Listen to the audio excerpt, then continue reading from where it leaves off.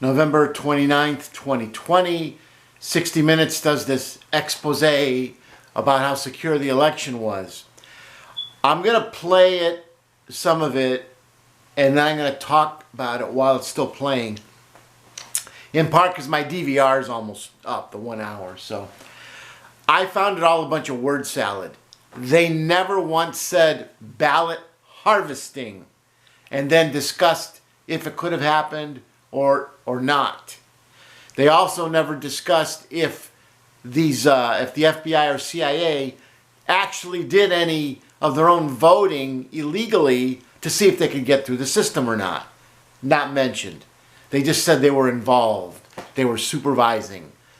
They never talked about how the riots during the summer that were funded by who knows who were designed to create this as a Democrat issue and a reason to vote against Donald Trump, which was completely ridiculous because there's just no connection, but connection was created. And the fact that there are now less Democrats in Congress than before all this BS basically proves that what they were doing was wrong, and they knew it, but they knew they could, but they heaped everything on the president, that they could defeat him. And that's what this was about. So what they focus on in this story, if you happen to look for it online and can find it, because CBS is putting a lot of their stuff behind firewalls now. Once it airs once, it goes behind a firewall and you have to pay to see it. I don't know if that'll be true for this piece, but what you have to take into account, I've lost my train of thought for a second, is that they talk about how they created a paper ballot from every vote and that the votes were counted and the count always came up correctly. That has never been in dispute. So they focus most of their time on something that was never disputed. Okay? It's not that the system switches the paper ballots and counts them differently. It's how the paper ballots get created, in what kind of situation, and if they can be harvested or not and run through the system, and if once they're separated from their envelopes, if tweeting false accusations of a rigged election from behind a crumbling wall of lawsuits. No legal challenge, no recount, no audit has changed the outcome in any state. Mr. Trump's claim that millions of votes were deleted or switched is denied by the official he chose to secure the nation's election systems.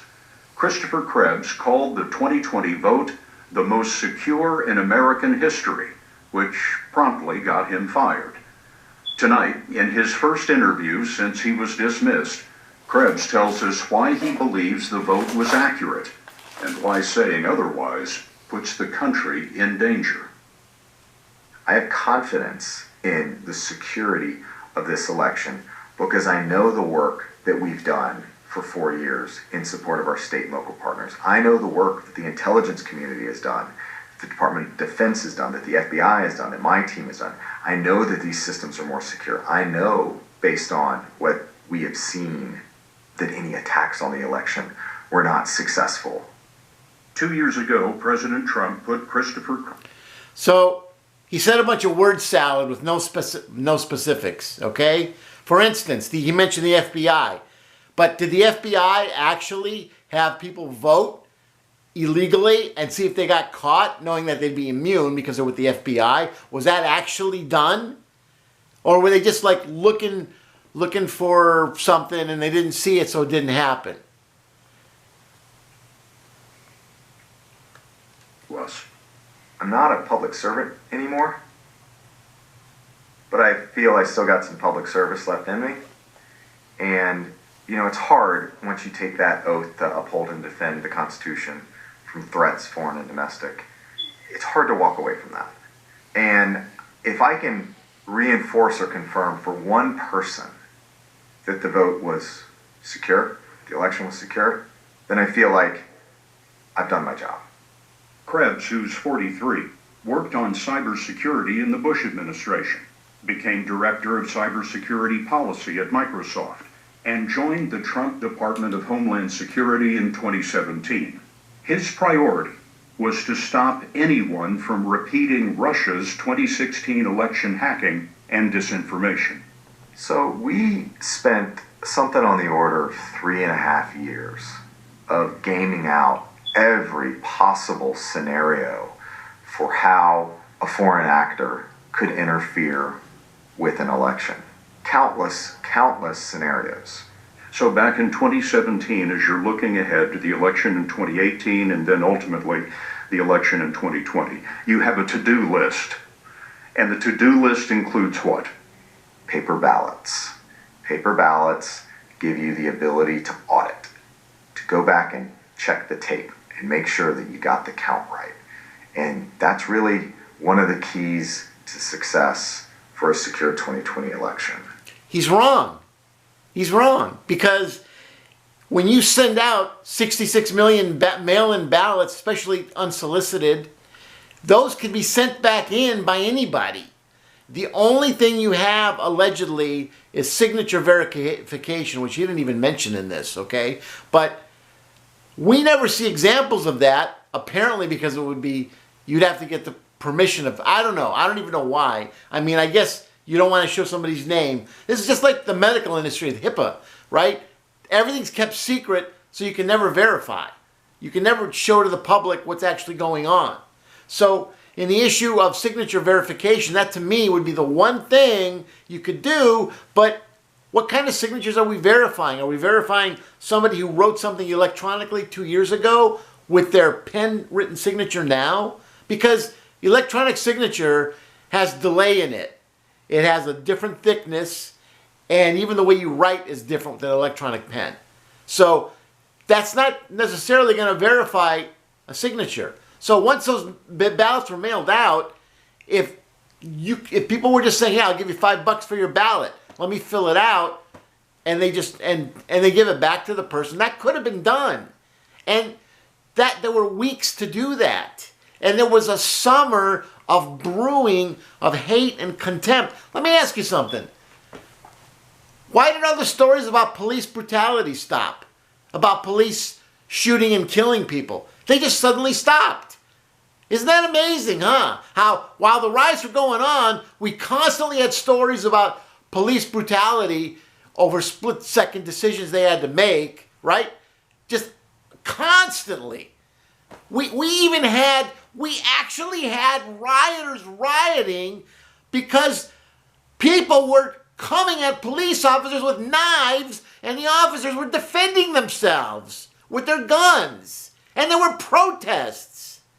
So who was fueling that? And what did that fuel? Wouldn't that fuel motivation to actually just figure out how to get ballots and fill them out pro-Democrat? I mean, it's obvious that's what was going on. So, yeah, once the ballots are filled out, you can count them 10 times. They're going to come out the same. That's not security. That's functionality. That's the difference.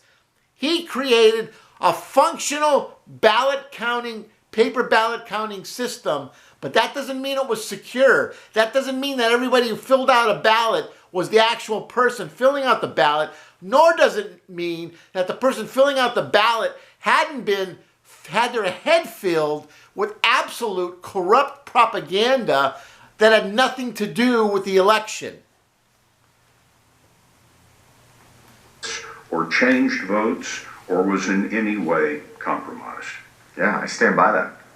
The president tweeted after that statement, quote, "The recent statement by Chris Krebs on the security of the 2020 election was highly inaccurate in that there were massive improprieties and fraud." Do you remember what the president said at the end of that tweet? Oh, I was terminated? Is that? Yes, I recall that. Were you surprised? I don't know if I was necessarily surprised. It's not how I wanted to go out. I think the thing that upsets me the most about that is I didn't get a chance to say goodbye to my team. And I'd worked with them for 3.5 years in the trenches, building an agency, putting CISA on the national stage. And I love that team. And I didn't get a chance to say goodbye, so That's what I'm most upset about. Since he was fired, about a dozen Republican senators have vouched for Krebs' work. The president's essentially saying in that tweet that you did a lousy job, that you and your team blew it and allowed massive fraud all across the country. We did a good job. We did it right. I'd do it 1,000 times over. Still, the president's lawyers have filed at least a dozen suits and spun conjecture without evidence. And you should be more astounded by the fact that our votes are counted in Germany. Okay, what they were just saying is a lie. They did have a press conference just 5 days ago, and they had people testifying. I'll put a link. They had people testifying about the kind of fraud and abuse they saw going on.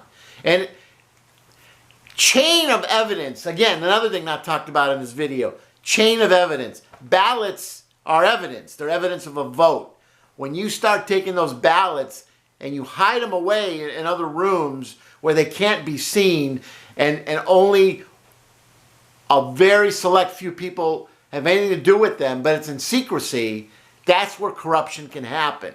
And that's not discussed. See, they're not getting to the root of the matter. They're making these general, vague things that, well, when you take and punch the thing, it prints out a ballot, and when you take the ballot and you put it in the counter, it counts it. That's not what this is about. And they keep making it about that. And that's the fraud that this is about. There's a lot more stuff they could be talking about if they want to convince people that everything was on the up, and they're not doing it. Instead, they're trying to make everyone who disagrees with them look like they're the goofballs. Period. Voting machines corrupted by mysterious actors in Venezuela. So, again, there's no evidence that any machine that I'm aware of has been manipulated by a foreign power. Period.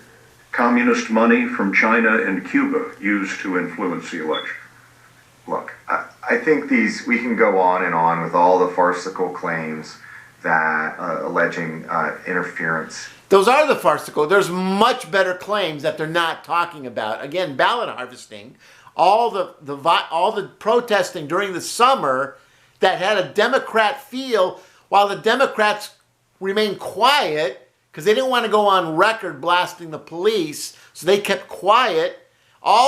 These same news people, all the stories of police brutality that have magically disappeared in the last month. And yet they mocked Trump because he said, oh, they're not going to report about COVID as much after the election. But that's what they did with the police brutality, didn't they? It's gone. It doesn't exist anymore. It just magically went away. That influenced how people voted. The fraud wasn't even just in the possibility of ballot harvesting. It was the manipulation used to motivate people to vote Democrat based on falsehoods that the media created with the way they presented the news over the summer in regards to all the rioting and all the protests and the alleged police brutality. That the systems performed as intended, that the series of security controls before, during, and after an election protected those systems from any sort of misbehavior. He's talking about machines. What about the people? They don't talk about the people. This is all about the machines. Has reported ballot rigging that would change the election. Some are paying a price for integrity. And it's, in my view, a travesty what's happening right now with all these death threats to election officials, to secretaries of state. Well, that I agree with. That shouldn't be going on. Secretary Akbar in Pennsylvania, Secretary Benson in Michigan. Okay. See, again, now they're talking about people. See how this works? They're talking about how the system was impenetrable, as if people had no way to corrupt the system. And then they're saying, and then because of all the falsehoods, they endangered people. Never once do they mention that what people's roles could have been in creating an insecure election. They won't go there. And that's the hardest thing to prove, but it's the one thing they won't even talk about. Well before that, on December 14th, the presidential electors will cast their ballots, which should settle the election. Christopher Krebs told us it's ironic that the disruption and disinformation he feared from abroad came instead from Pennsylvania Avenue. No, it did not come from Pennsylvania Avenue. It came from the media and all the crap they created over the summer in regard, and I'm not saying there wasn't, the George Floyd incident was one incident that needed to be addressed. But when the media started milking together the George Floyd incident was 8 minutes and 46 seconds of torture, okay? That's in its one place. I think that should be murder one, frankly. But when somebody's charging a police officer with a knife and they defend themselves, and that's clumped into the same category, or when somebody takes a taser and grabs the taser from the police and shoots at the police with it and then runs away, I mean, that's lunatic behavior, and whether or not he should have been shot, it's still not the same thing as what happened to George Floyd. But they were all clumped together and all fanned together to create animosity toward the Republican Party, and what they succeeded in doing was getting enough ill will against Trump, even as people were like, well, you know, we really don't approve of that stuff, so we're not going to give the Democrats a wave. That's the story we're never going to hear. How is it possible that there was a mini red wave and yet the president still lost? What made that happen? And I think the answer kind of looks like there might have been ballot harvesting going on that was manipulated by all the protests as the motivating factor during the summer. And that even includes how voter registration was done. If you want to do something to secure the elections, first-time voter registration should not be politicized, okay? I understand that, you know, different political groups will set up voter registration. I get that. So you could have the NRA doing it. You could have an environmental group doing it. They set up voter registration to encourage people to vote like what they want them to vote. Okay, I get that. But first-time voters should not be manipulated that way, because that's what happened this summer. That was the coup.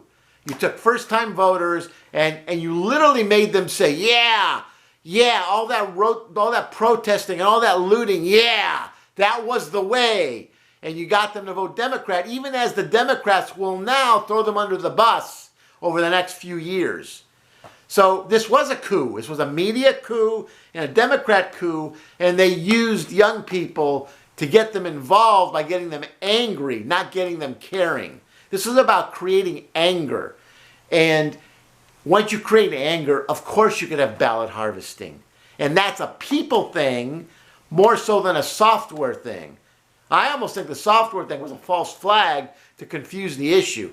This was about people being driven to be so angry about something and manipulated by the media that they wouldn't think twice about ballot harvesting or filling out ballots and figuring out how to count them. Because once they're in the system, they're in the system. That was the other argument that was made. When you remove the ballot from the envelope and you put it in line, it becomes a valid vote, whether or not it was valid when it was generated. And that again wasn't discussed by this. So this is all pablum.